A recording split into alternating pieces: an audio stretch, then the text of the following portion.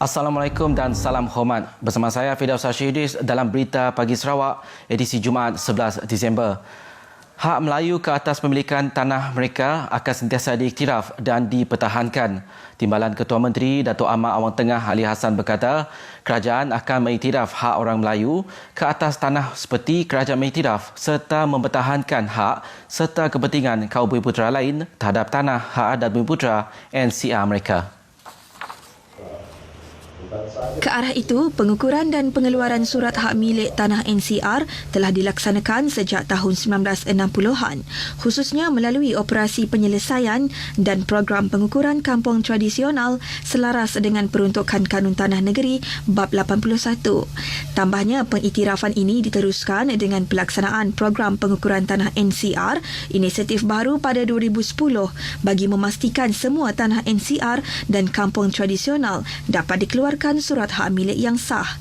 Mengambil contoh kampung-kampung di sepanjang Sungai Sarawak atau kampung seberang hilir, iaitu kampung tradisional yang wujud melalui Warta Rizab Komunal setelah diukur secara lot, kini pemilikan ke atas tanah di kampung-kampung berkenaan lebih terjamin dengan pengeluaran surat hak milik individu di bawah Seksyen 18 Kanun Tanah Negeri. Kerajaan negeri juga telah meminda Kanun Tanah Negeri melibatkan Native Territorial Domain NTD untuk membolehkan kawasan menepati kriteria NTD yang disahkan akan dikeluarkan surat hak milik komunal kepada kaum yang berhak termasuk orang Melayu. Datuk Ahmad Awang Tengah juga memberitahu program pembesaran kampung dan penempatan semula akan diteruskan bagi menampung keperluan masyarakat terutama di sekitar bandar, pinggir bandar dan kampung yang mempunyai kepadatan penduduk tinggi. Beliau menyatakan demikian pada Majlis Pecah Tanah Projek Pembinaan Wisma Melayu Sarawak yang disempurnakan oleh Ketua Menteri Datuk Patinggi Abang Charitun Openg di Kuching. Kementerian Utiliti akan memastikan peruntukan yang disalurkan kerajaan negeri memberi manfaat kepada penduduk di kawasan luar bandar agar mereka dapat menikmati liputan bekalan air dan elektrik sepenuhnya menjelang tahun 2025. Menterinya Datuk Seri Dr. Stephen Rundi Utom berkata, pelaksanaan projek bekalan air di luar bandar setakat tahun ini telah mencapai 67%. Every budget that we have is always rural bias, development bias, kerana kita memerlukan dana yang besar untuk kita mengubah landscape kehidupan orang-orang yang tinggal di luar bandar. Di kawasan luar bandar 67% saja. Jadi di kawasan bandar memang sudah ada, bila kita campur 80% lah. Jelasnya, pelbagai strategi dan skim turut diperkenalkan, antaranya skim bekalan elektrik luar bandar Sarawak dan skim pembekalan elektrik alternatif luar bandar Sarawak. Beliau berkata demikian semasa ditemui pemberita selepas majlis perasmian projek utiliti Merakai di Dewan Kampung Merakai Serian. Sementara itu, beberapa penduduk ditemui berasa bersyukur dengan pelaksanaan projek pembinaan saluran paip itu sekaligus dapat menikmati bekalan air yang disalur terus ke rumah tanpa sebarang gangguan. Pada waktu kami kena air parit, basuh gari dan nanti ada air lagi agak kebukai lah. Ke sungai tu bisi air. Dah dia tu nyo berasa nyamai ga udah bisi air pahit. Basuh berumah aja ada kebukai. Gari pun nyo bersih ga. Dia tu dah berasa nyamai lah benda bisi air. Diberi orang anak pun nyamai ada isi mandi baru lagi. Ting lama tu sudah mandi ke sungai Nangi. Api berasa nyamai nanti hari hangatnya ada isi. Lalu dipasang lalu bisi. Dia bakal subak pasang nanti hidup kinjen api, guna ke minyak meli. Projek pembinaan saluran paip di Kampung Merakai Serian yang bernilai 5 juta ringgit siap pada Disember tahun lepas, seminggu lebih awal daripada jadual ditetapkan.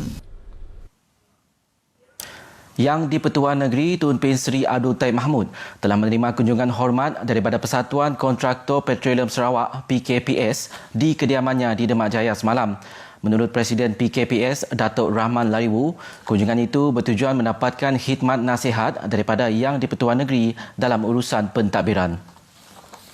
Petronas ke Datuk Rahman Lariwo berkata khidmat nasihat itu akan membantu PKPS yang baru ditubuhkan pada Ogos lalu dalam usaha menyumbang kepada pembangunan industri minyak dan gas di Sarawak. Jelas beliau penubuhan PKPS bagi memperkasa industri minyak dan gas sekaligus memperjuang hak penggiat industri tempatan khususnya berkaitan pengagihan kontrak daripada syarikat berkaitan. Beliau yakin industri minyak dan gas di Sarawak akan berkembang lebih pesat berikutan penubuhan petroleum Sarawak Berhad dan juga pemeteraian perjanjian penyelesaian komersial antara kerajaan negeri dan Petroleum Nasional Berhad baru-baru ini. Awak kita mengucapkan tahniah di atas daya usaha kerajaan negeri kerana daripada situlah peluang-peluang kami sebagai peniaga bumi, peniaga oil and gas dapat mencari peluang dan ruang di dalam bidang oil and gas. Terdahulu Yang di-Pertuan Negeri menerima kunjungan daripada Konsulat Negara Brunei Darussalam untuk memperkenalkan Konsul Agong Noni Zurainah Ismi yang telah memulakan tugas menggantikan Pengiran Kartini Pengiran Tahir. Daerah Kuching merekodkan 1 kes baru positif COVID-19 malam. Jawatankuasa Pengurusan Bencana Negeri JPPN Sarawak dalam kenyataan memaklumkan kes ke-1073 ini melibatkan lelaki warga negara tempatan. Kes ke-1073 ini tiba menaiki penerbangan dari Kuala Lumpur ke lapangan terbang antarabangsa Kuching, KIA pada 9 Disember. Setibanya di KIA, kes telah menjalani saringan dan dimasukkan ke pusat kuarantin bagi menjalani kuarantin wajib 14 hari dan ujian RT-PCR kes ini didapati positif semalam. Kes ini diklasifikasikan sebagai kes import B, iaitu kes saringan individu balik dari kawasan berisiko tinggi. Manakala tiada kes pulih semalam menjadikan jumlah keseluruhan kes positif COVID-19 yang telah pulih dan dibenarkan discharge kekal 1,041 orang. Sementara itu, jumlah kes yang masih mendapat rawatan dan diasingkan di hospital kekal seramai 13 orang. Semalam turut merekodkan 18 pesakit dalam siasatan PUI yang baru dan seorang PUI masih menunggu keputusan ujian makmal. 4 kluster di negeri ini juga dilaporkan masih aktif. Daerah Serian dan Kuching kekal berstatus kuning, manakala 38 buah daerah lain kekal berstatus hijau. Inisiatif kerajaan negeri membiayai sepenuhnya kos untuk ujian swab COVID-19 untuk rakyat Sarawak disambut baik khususnya penduduk di Limbang bagi melintasi sempadan Brunei Darussalam. Pengarah Hospital Limbang, Dr. Muhammad Faiz Ibrahim mendedahkan ia dapat dilihat selepas daerah itu merekodkan peningkatan jumlah individu yang melakukan ujian saringan berkenaan. Daripada Oktober hari itu, kita ada peningkatan dalam 4 kali ganda lah. Biasanya dalam sebulan tu kita ambil 400 orang. Sekarang dalam sebulan tu dalam 1,500 ke 1,600 lah sebulan. Jelas beliau lagi, rata-rata masyarakat awam yang mengambil ujian saringan itu bagi urusan kerja di luar Limbang mahupun yang balik ke daerah masing-masing. Beliau berkata demikian semasa ditemui pemberita di Hospital Limbang. Sementara itu, beberapa individu yang ditemui berterima kasih kepada kerajaan negeri atas inisiatif penyediaan ujian saringan secara percuma ini. Terima kasih diucapkan kepada kerajaan negeri Sarawak yang memberi peluang untuk memberi perkhidmatan swab test secara percuma kepada kami yang bertugas di Limbang, memudahkan kami untuk bergerak melalui jalan darat ke daerah masing-masing. Jabatan Bekalan Air Luar Bandar JBAB bahagian Seri Aman telah mengenal pasti beberapa kawasan di Bandar Simanggang yang sering berdepan masalah tekanan air rendah. Antara kawasan itu Kampung Teratai dan Taman Teratai di Berayun, kawasan Pasar Baru Seri Aman dan sekitar kawasan Taman Nanang Jalan Bayu. Jurutera Ais JLBAB Seri Aman Azhari Baini berkata penyelesaian jangka pendek yang dilaksanakan ketika ini adalah menyambung paip jenis high density polystyrene di kawasan tersebut. Beliau ditemui pemberita selepas dialog bekalan air JLBAB bersama Ketua Kampung dan Ketua Masyarakat di Bandar Seri Aman. Menurutnya, projek tersebut sedang dilaksanakan di Kampung Teratai ke Taman Teratai dan RPR Kampung Muhibah. Kerja-kerja penyambungan paip itu dijangka siap pada tahun hadapan di kawasan yang kerap terjejas. Projek ini melibatkan perbelanjaan kira-kira RM141,000. Jabatan Perangkaan Malaysia giat melaksanakan pelbagai usaha untuk menggalakkan orang awam melakukan bancan secara dalam talian atau melalui e-census. Di Seri Aman, jabatan itu terus mengadakan klinik e-census sama ada di rumah panjang, kampung atau di premis-premis kerajaan.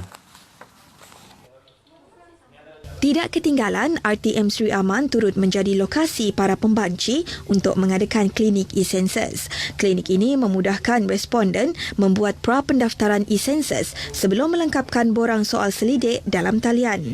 Responden juga boleh membuat semakan sama ada mereka telah melengkapkan soalan-soal selidik tersebut. Tujuan klinik ini diadakan untuk memudahkan responden mengisi maklumat yang diperlukan.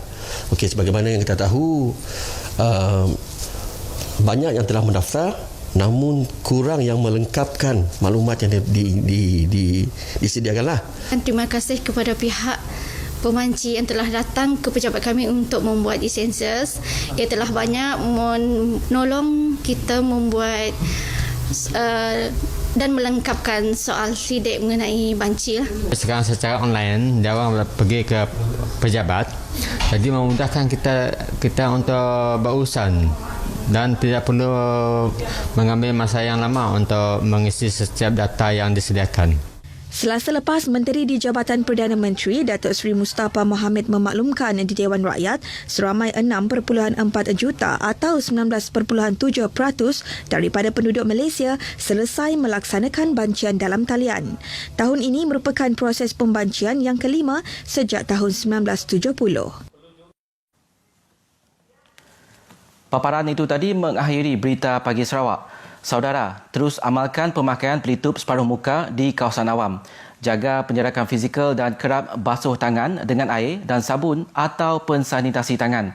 Jadikan ia norma baru untuk membendung penularan COVID-19. Saya Firdaus Idris, sehingga berjumpa lagi. Assalamualaikum.